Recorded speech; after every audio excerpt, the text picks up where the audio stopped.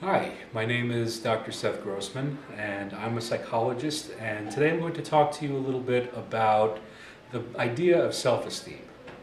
Now, psychologists like to talk about things that go wrong. They like to talk about what happens when you have this problem or this disorder, but did you know that things like self-esteem, when they're healthy, are actually very beneficial and are the other side of what we really like to work with? So I'm going to give you a couple of quick tips, specifically 5 of them, to be able to increase your self-esteem, to have an overall sense of well-being, and to feel more comfortable in your everyday life.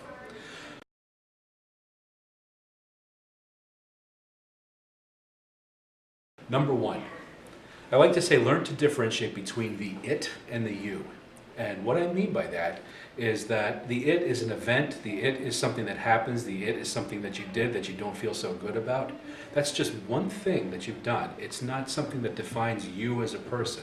And a lot of times if you do something that you don't particularly like, there's the sense of thinking, well, I'm stupid, well, I can't believe I did that, I can't believe what a failure I am. Try to make sure that you know that it's a mistake, and I'll talk about mistakes in a minute as well.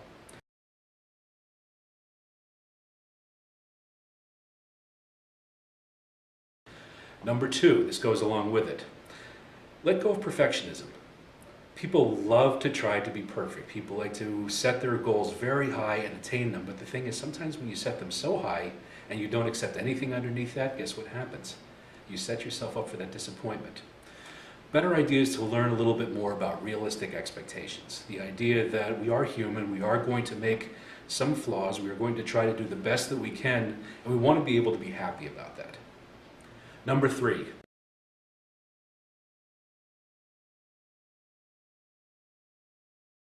learn how to balance the negative and the positive.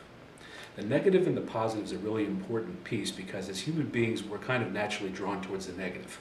We don't tend to read the paper looking for the article about all the people who made it to work safely that morning. We look for the accidents. Now, that being said, a lot of times people will tell you you should just think positive. That's not realistic either. Remember to be realistic and be able to say when something truly has a difficulty, you can acknowledge that. But when something is good, you need to acknowledge that as well.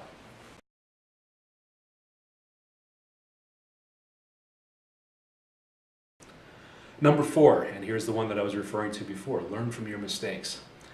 I just listened to a mentor of mine who said something really very telling, and that was that a mistake is a golden opportunity. If you keep making the same mistakes over and over, we have another issue. But if you make a mistake and you're open to learning from that, that can really take you forward and make you feel pretty good.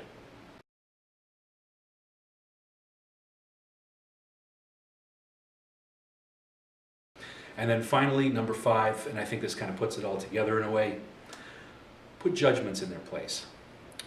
That's for yourself as well as for other people. A judgment doesn't need to always be attached to everything, specifically feelings. Feelings are just feelings. They're not good or bad or indifferent.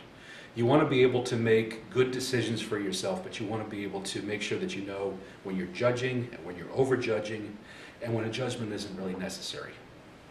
So those are my quick 5 tips for self-esteem, and I thank you very much for your time and your attention today.